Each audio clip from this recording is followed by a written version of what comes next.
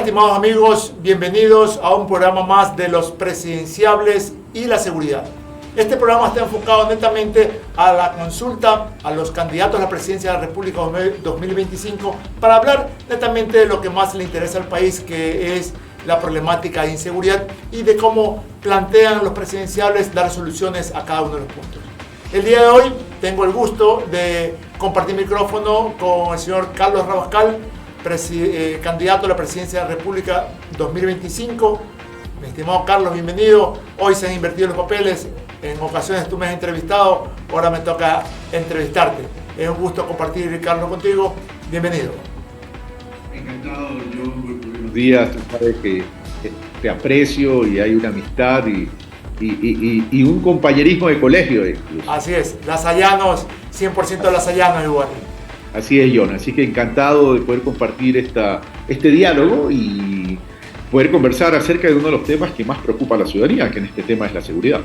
Así es. Entrando en materia, mi estimado Carlos, ¿cuál sería tu evaluación de la situación actual? ¿Cómo evalúa la problemática en el Ecuador y cuáles son los principales desafíos que enfrenta el país en este ámbito? A ver, comencemos por el principio, ¿no? Las cifras que nos han dado para el mes de enero, hasta enero 24 del 2025, hablan de 600 asesinatos. Eso es uno de los indicadores más altos en relación al promedio. No sé si me estás escuchando, John. Sí, te estoy escuchando.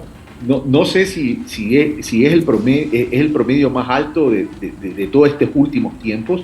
Definitivamente es preocupante, pero creo que este es un tema que se da por la falta de una estructura eficiente de la seguridad en el país, de cómo manejar la seguridad.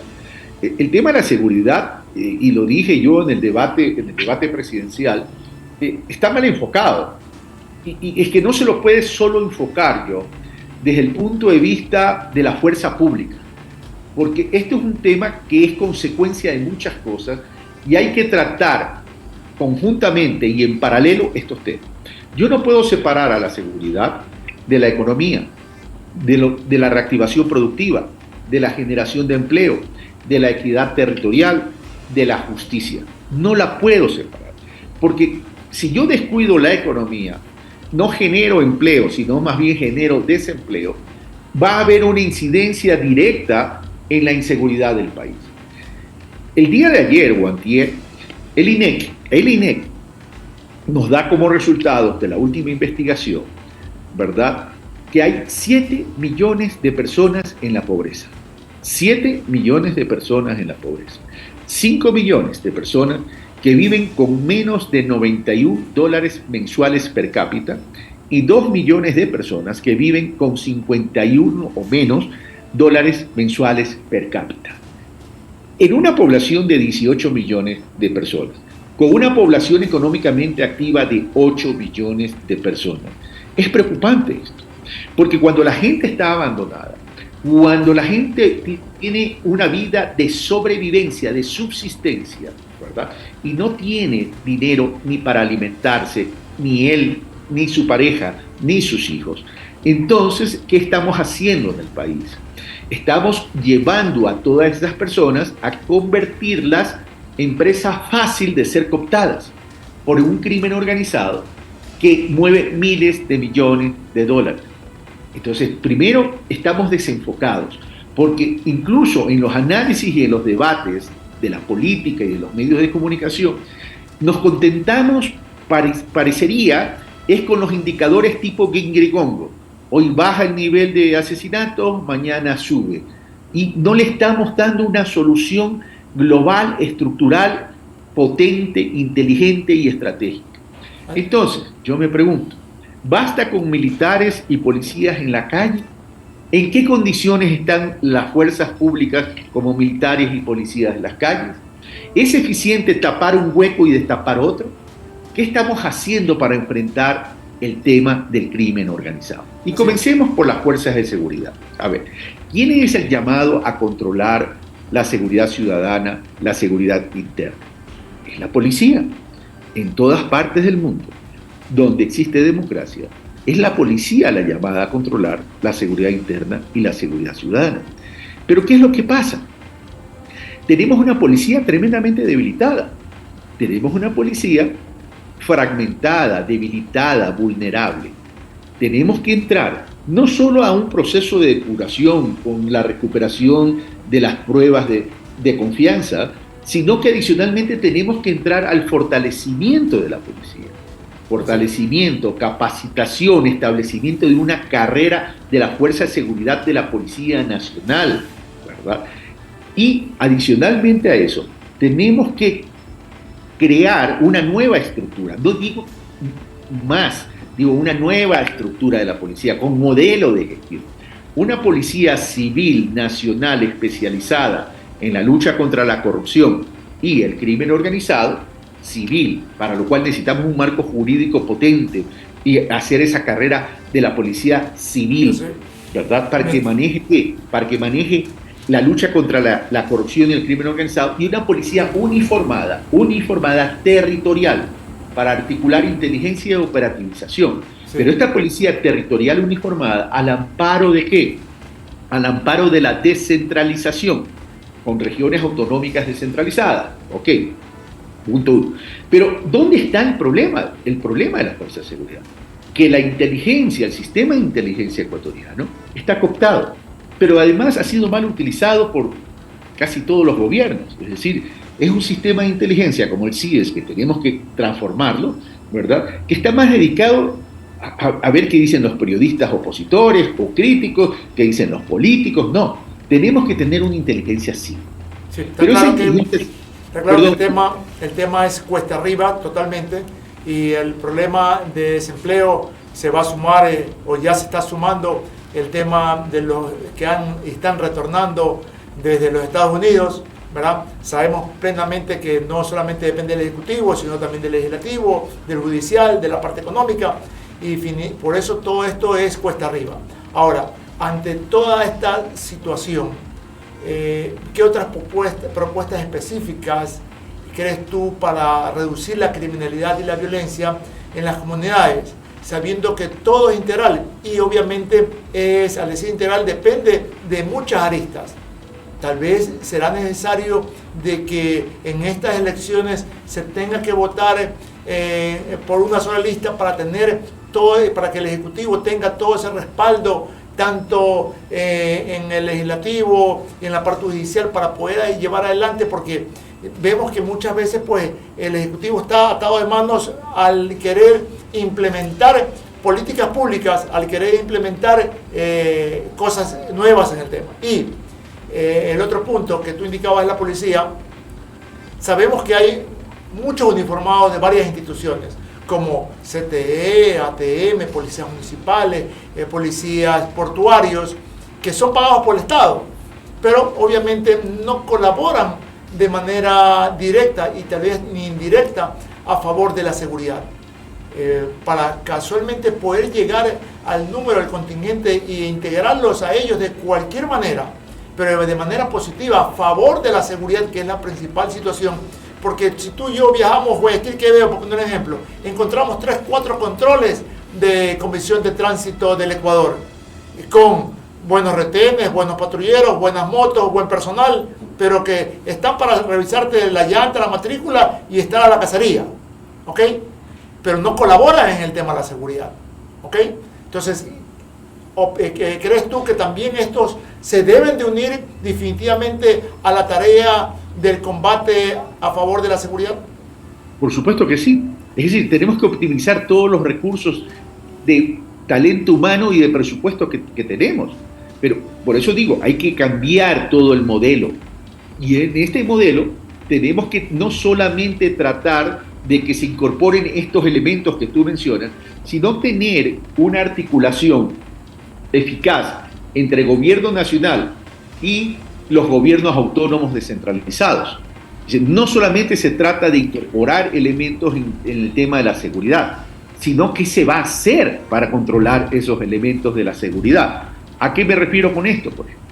Si tengo la policía, la fuerza pública, que me desocupa un espacio que ha estado cooptado por el crimen organizado, ¿qué tenemos que hacer? Tenemos que nosotros como Estado, a nivel de las distintas instancias de gobierno, ocuparlo.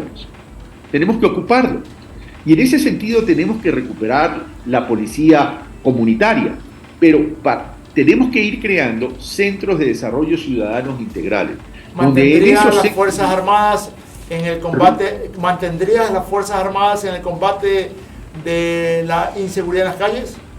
Las Fuerzas Armadas hoy tienen un rol complementario, como así lo estableció el pueblo ecuatoriano en su consulta popular. Sí, pero no pueden estar por siempre y para siempre. Deben estar por un tiempo transitorio. Porque fíjate tú, ¿desde hace cuánto tiempo tenemos a las Fuerzas Armadas con tantos estados de excepción, declaratoria de guerra interna y toda la cuestión? Y no ha cambiado nada. Entonces, no se trata tan solo de las Fuerzas Armadas, se trata de un todo, ¿verdad? Y además, las Fuerzas Armadas tienen también la obligación y la competencia de la seguridad externa.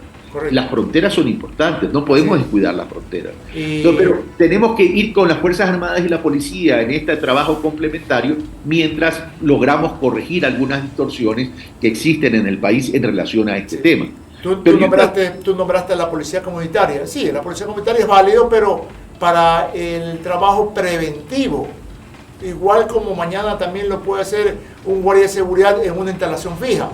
Pero creería yo que ya como hay una declaratoria de guerra, que hay que ver el nuevo presidente si la mantiene o no, ¿verdad? Pero desde mi punto de vista, si tenemos una declaración de guerra y tenemos Fuerzas Armadas debería dedicarse exclusivamente a reforzar todos esos operativos, todos esos allanamientos. ¿Por qué? Recordemos que la responsabilidad exclusiva del control de armas la tiene la policía, la tiene las Fuerzas Armadas, tanto por aire, mar y tierra, por fronteras, para el control de armas. Y como se ha perdido el control en fronteras, en aire, mar y tierra, se ha perdido el control en las carreteras, entonces les toca a Fuerzas Armadas hacer los múltiples allanamientos, casualmente para recuperar todas esas armas que han ingresado ilegalmente al país. Entonces, ahí es donde debe tener una labor primordial Fuerzas Armadas en el combate, en la guerra, en el allanamiento, en sacar todo lo ilícito con múltiples allanamientos. Totalmente de acuerdo, John, pero por eso estoy diciendo de forma temporal, porque no podemos mantener a las Fuerzas Armadas totalmente en las calles de las ciudades, porque casualmente, ¿por dónde te entran las armas? Te entra por nuestra frontera sur. ¿Por dónde te entra la droga? Por la frontera norte, ¿verdad? Entonces, si sacamos a las Fuerzas Armadas y las vamos a tener todo el tiempo, ¿quién me controla la frontera? Claro, se puede dividir, pero no tenemos pues la cantidad de uniformados suficientes como para poder dividir a las Fuerzas Armadas en las fronteras y las Fuerzas Armadas en las calles de las ciudades. Por eso digo, sí, mientras dura esta transición y poder recomponer, las Fuerzas Armadas tienen que estar, por supuesto que tienen que estar, conjuntamente con la policía. Pero el tema es que tenemos que tener ya un trabajo integrado, no solamente orientado a estar combatiendo a las bandas. Claro que tienen que combatir las bandas, pero cuando se desocupa un espacio tienes que entrar a ocuparlo. Así es. Porque si no, tenemos el efecto cucaracha, como se denomina. Captura uno o 10 veces y te salen 200. Mi estimado Carlos, en cuestión de prevención del delito, ¿qué estrategia propone para prevenir el delito, especialmente entre los jóvenes y las comunidades vulnerables? A ver, el tema de la economía es fundamental.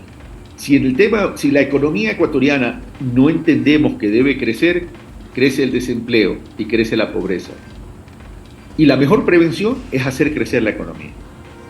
Y la mejor prevención es articular la economía con las ciudades. Y ahí viene la articulación con los municipios. Los municipios son los más cercanos a la población territorial. ¿Qué trato mereces para los menores de edad? ¿Perdón? ¿Qué trato mereces para los menores de edad que están involucrados en actos ilícitos?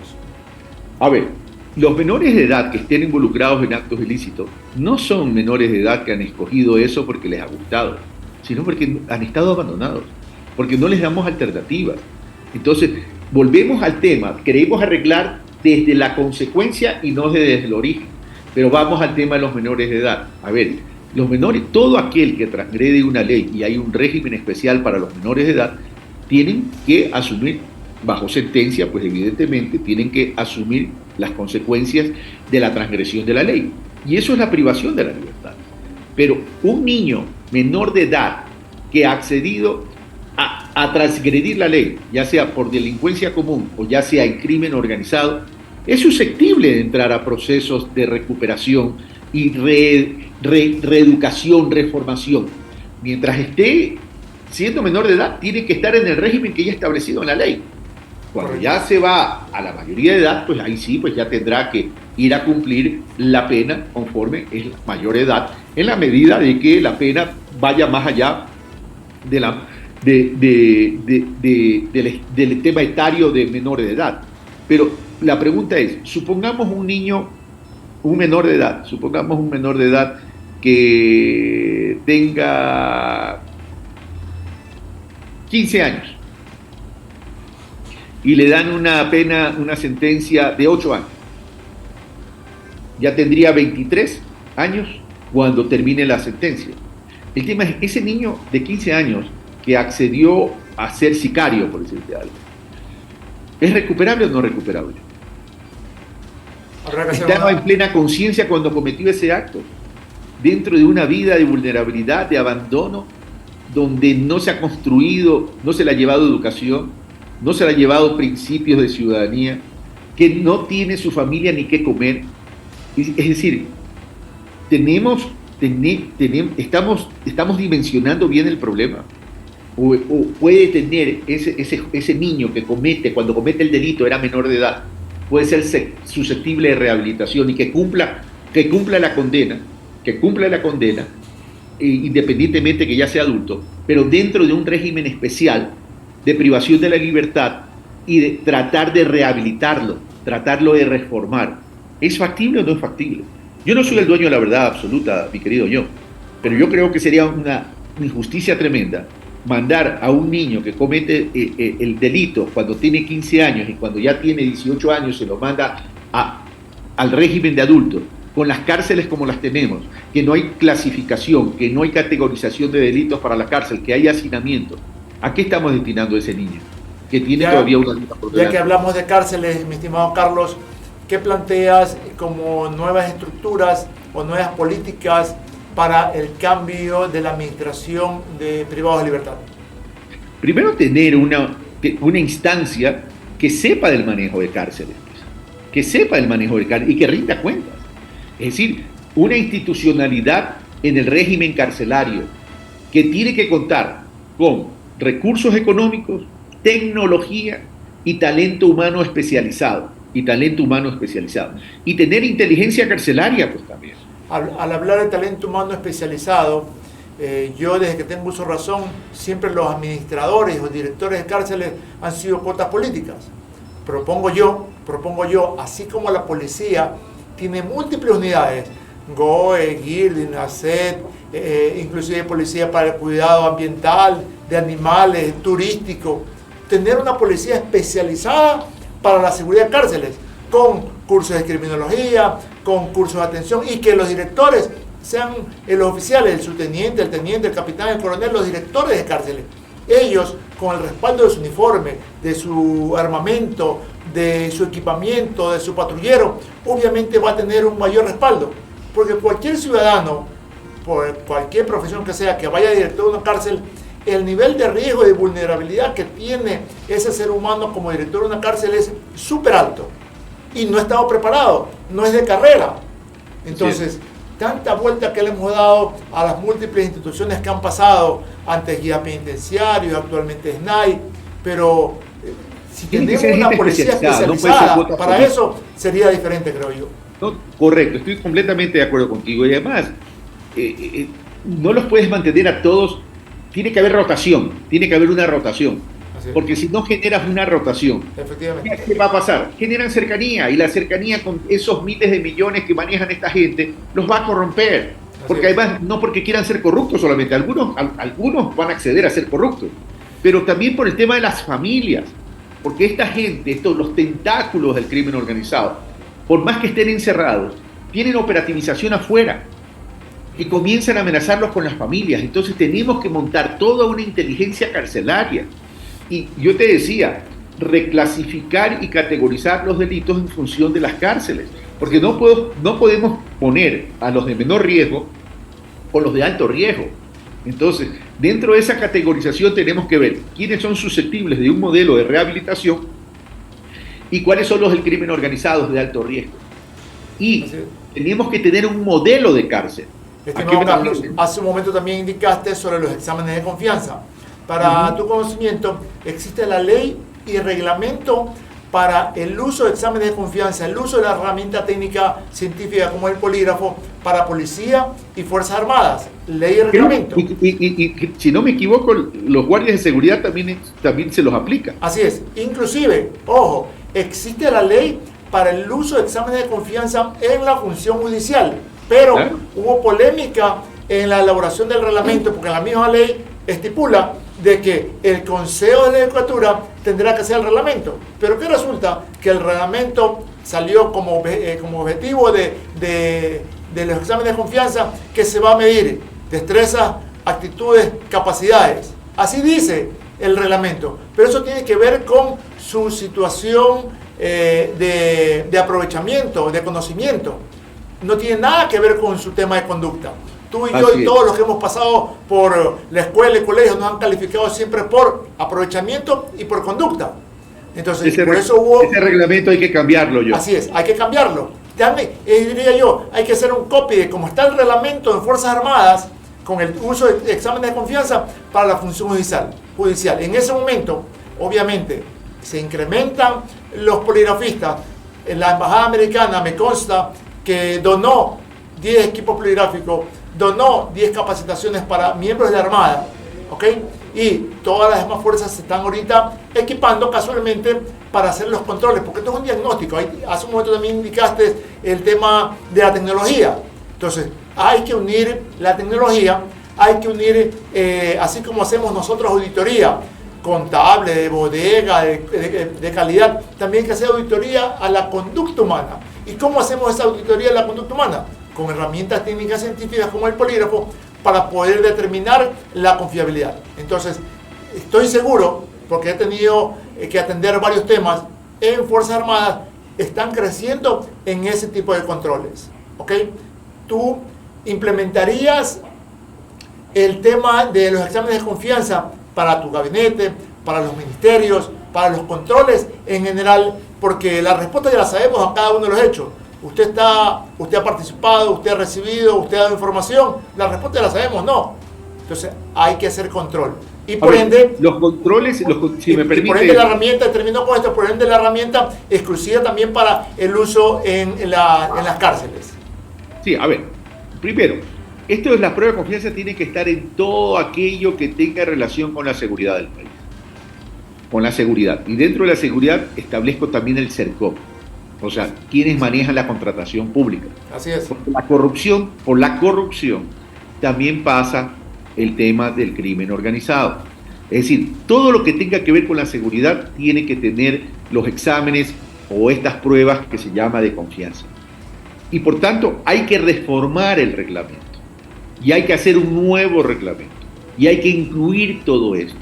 Porque adicionalmente, no solamente a la función judicial, no solamente a lo que tiene que ver con la contratación pública, a las autoridades de control, en la Contraloría, o acaso no hemos visto todo lo que pasó con el señor Celi y con el señor Poli, ¿sí? Eso por un lado. Y por otro lado, también a los agentes estatales que formen parte de los sistemas de inteligencia y contrainteligencia.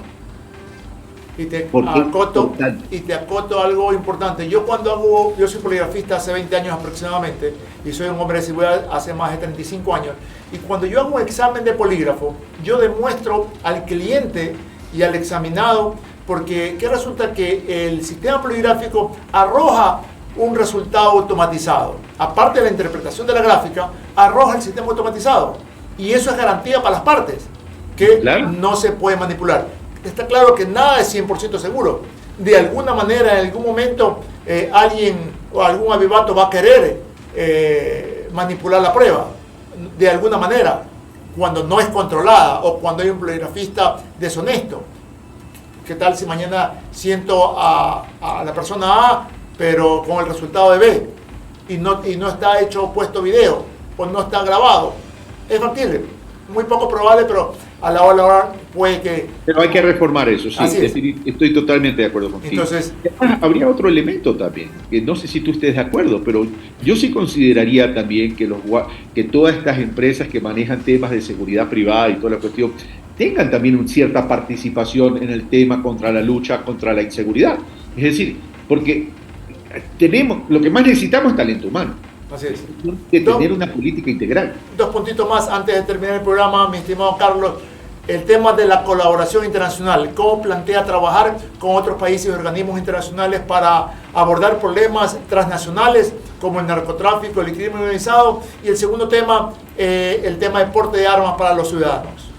A ver, vamos a lo siguiente. El tema de la cooperación internacional existe y hay que fortalecerla. No nos podemos quedar con lo que ya tenemos, pero evidentemente Estados Unidos y la Unión Europea son fundamentales en este tema de cooperación internacional. No solamente en términos de capacitación, formación, también en temas de tecnología y en temas de inteligencia y contrainteligencia a efectos de mejorar toda esta situación. Formación y capacitación también, evidentemente también. Ahora bien, pero no solamente tenemos que capacitar y formar en el tema de seguridad de la fuerza pública, sino en todos estos otros elementos, sobre todo sistemas de inteligencia, sistemas de contrainteligencia, unidad de inteligencia financiera, que es fundamental. Por tanto, esa cooperación debe existir. Hay que agregar otra cooperación que no existe, o mejor dicho, más que cooperación que no existe, es la construcción de espacios de integración regional en el tema de seguridad. Porque Colombia produce, nosotros la pasamos, Estados Unidos y Europa la consumen, la comercializan internamente allá y además lavan activos igual que todo el mundo. Entonces tenemos que crear un espacio de integración regional especializado en seguridad para poder homologar una serie de cosas. Por ejemplo, el tema aduanero, el tema de la política, estrategia y tecnología en el tema de la lucha contra el lavado de activos y la homologación también de códigos orgánicos integrales penales en toda la región. De esa manera vamos a tener mucha más fortaleza y mucha más presencia en esa lucha que tiene que ser mucho más eficaz y oportuna en el tema contra el crimen organizado. Correcto. Y en el tema del porte de armas para los ciudadanos, yo en eso no estoy... Distinto es el tema rural, ¿no? el tema ganadero. Pero yo no estoy de acuerdo con eso. No estoy de acuerdo con eso. Sinceramente te digo, no estoy de acuerdo con eso, porque somos una sociedad violenta. No hay una cultura de paz en el Ecuador. Creo yo también. No estoy hablando de la delincuencia ni el crimen organizado, estoy hablando de la sociedad como tal. Somos una sociedad intolerante, somos una sociedad violenta, basta ver los indicadores de violencia contra la mujer, los indicadores de violencia vial, etcétera, etcétera, y ocupamos los primeros puestos. Por tanto, mientras en ausencia de una cultura de paz, yo no estaría de acuerdo con eso. Acoto algo antes de terminar el programa con respecto al porte de armas. Y antes de darle la responsabilidad a los ciudadanos del porte de armas, creo que debe existir un viserazo para 2 cosas. Uno, que policías y militares activos puedan portar sus armas 24/7. Porque actualmente ellos salen de su servicio y tienen que dejar guardada su arma. O sea, son elementos que combaten la delincuencia permanentemente y no pueden usar su arma 24/7, como primer punto. 2, que el personal en servicio pasivo, que recibe una remuneración por su antigüedad obviamente, pero recibe mensualmente por parte del Estado y que durante más de 20 años ha portado como elemento adicional su arma y la sabe usar y está plenamente identificado el arma y la persona, puede también portar su arma, porque obviamente también sigue beneficiándose del Estado porque recibe una remuneración y está en la obligación como militar o policía en servicio pasivo, obviamente seguir defendiendo esa camiseta que él ha usado durante mucho tiempo. ¿Qué opinas al respecto? Totalmente de acuerdo, porque si son uniformados, policías o militares en servicio pasivo, son parte de la reserva que tiene el país para la lucha contra la inseguridad. Es más, un policía activo, por ejemplo, va y deja la pistola, y se traslada a su domicilio. A ver, lo identifican como policía, y peor más aún si va uniformado. O sea, tiene que estar presto para el tema de la atención para la seguridad. O sea, de eso estoy de acuerdo contigo. Correcto. Hay que normarlo nomás. Así es. Mi estimado Carlos, un fuerte abrazo a la distancia. Gracias por tus minutos. Te deseo el mayor de los éxitos en esta nueva contienda. Pero pues te conozco de hace muchos años, muchos ciudadanos por tu trayectoria te conocen, sabe de tu perfil, de tu calidad humana, así que te deseo el mayor de los éxitos. Un fuerte abrazo, espero poderte saludarlo más pronto en vivo y en directo, bigote y bigote como se dice, pero el mayor de los éxitos. Cuando esté por Guayaquil, claro que sí. Un abrazo. Gracias. Cuídate. Chao.